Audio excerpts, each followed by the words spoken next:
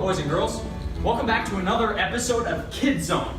Today, we'll be in the classroom with Miss Grace Miller, and she's going to talk to us about Daniel in the lion's den.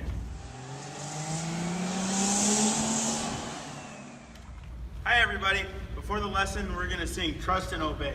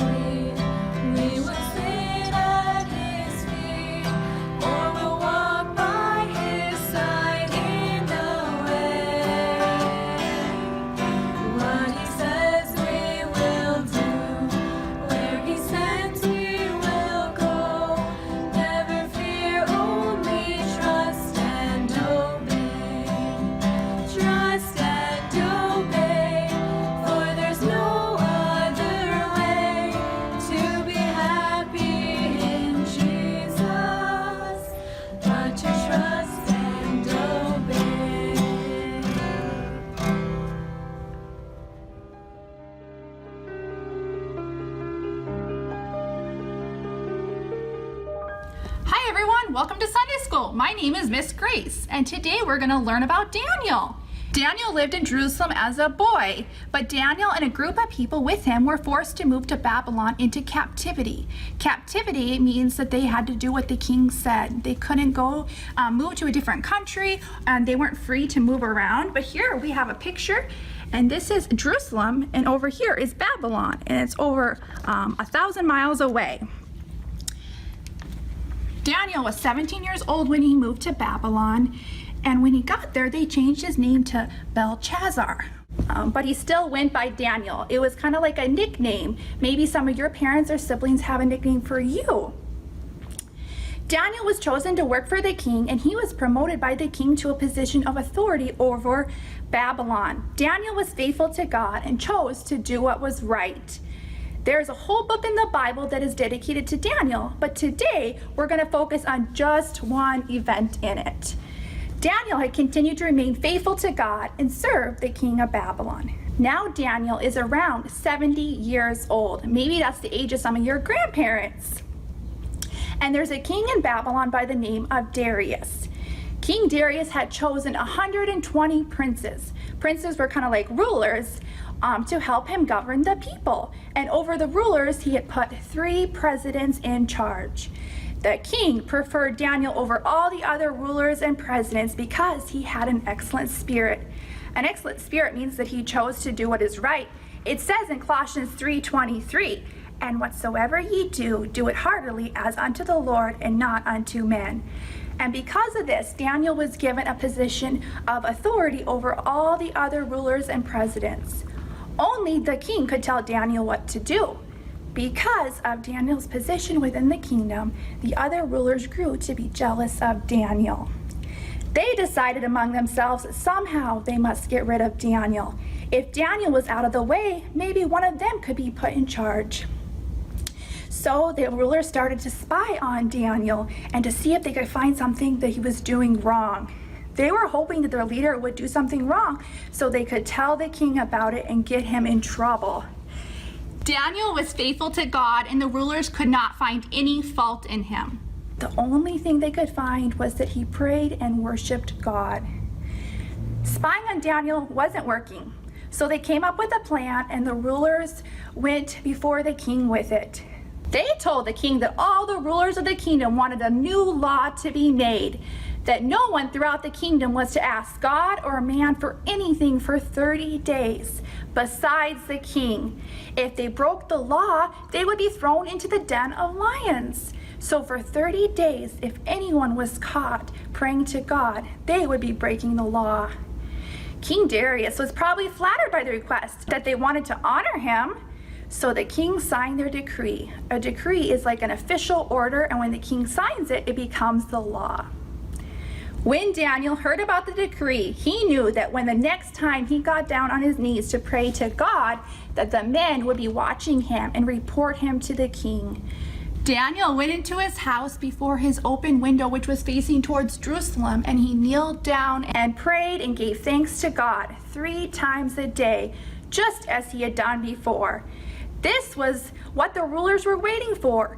Daniel was breaking the law according to the decree that had been signed, and Daniel would be thrown into the den of lions. Then the rulers went to the king and demanded that Daniel be thrown into the den. King Darius realized the cruel purpose of their law. This wasn't a law to honor the king. It was an evil plot to get rid of Daniel. King Darius was sad and displeased with himself that he had signed that decree. But according to the law, Daniel must die. The king spent the day trying to find a way he could save Daniel. But the law was clear that once he had signed the decree, it couldn't be changed, not even by the king. That evening, the king was forced to command that Daniel be taken to where the lions are. And King Darius said, "Thy God, whom thou servest continually, he will deliver thee." Then Daniel was thrown to the lions, and a stone was put over the hole. Here we have a picture of Daniel in the lion's den, and the stone would probably be up here that they had to cover the hole. The king put his seal on the stone, so no one would dare to remove it. The king went back to his palace with a very heavy heart, and that night he couldn't eat or sleep. I'm sure he was probably worried about Daniel. Was it possible that God would spare Daniel from the lions? And it says in verse 19 that the king arose very early in the morning and went in haste unto the den of lions. And when he came to the den, he cried with a lamentable voice, which means he was sorrowful, unto Daniel. And the king spake and said to Daniel, O Daniel, servant of the living God, is thy God, whom thou servest continually, able to deliver thee from the lions? Then said Daniel unto the king, O king, live forever. My God has sent his angels and has shut the lions' mouths, that they have not hurt me. And it says in the Bible that Daniel was not hurt because he believed in God. Then he commanded that the wicked rulers, the men who plotted against Daniel, to be thrown to the lions in Daniel's place.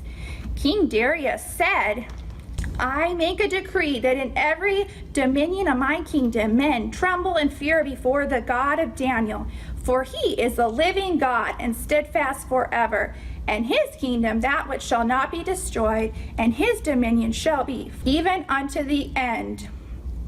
Through Daniel's faithfulness and him choosing to do what is right, an entire nation came to know about God.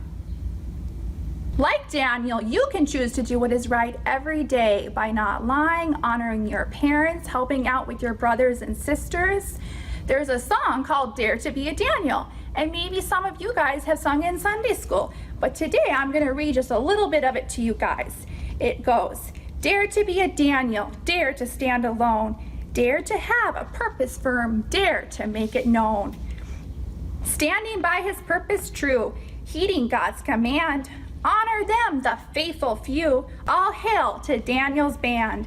Dare to be a Daniel, dare to stand alone, dare to have a purpose firm, dare to make it known. Standing by a purpose true, heeding God's command, honor them, the faithful few, all hail to Daniel's band. Dare to be a Daniel, dare to stand alone, dare to have a purpose firm, dare to make it known. Many mighty men are lost, daring not to stand, who for God have been a host by joining Daniel's band. Dare to be a Daniel, dare to stand alone, dare to have a a purpose firm. Dare to make it known. Many giants great and tall, stalking through the land, headlong to the earth would fall if met by Daniel's band. Dare to be a Daniel, dare to stand alone. Dare to have a purpose firm. Dare to make it known. Hold the gospel banner high unto victory grand. Satan and his host defy and shout for Daniel's band. Dare to be a Daniel, dare to stand alone. Dare to have a purpose firm. Dare to make it known. Dare to have a purpose firm. Dare to make it known.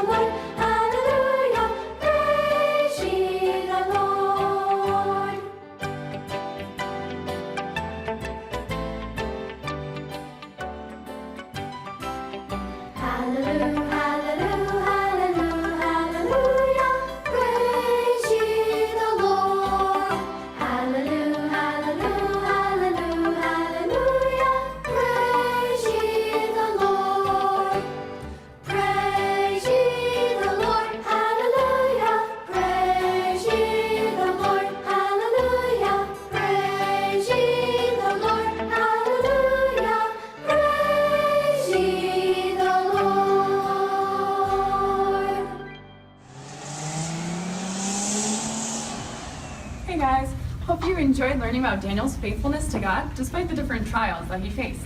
Thanks for listening to our music. And we look forward to seeing you guys next week. Thanks for joining us today. Bye. Bye.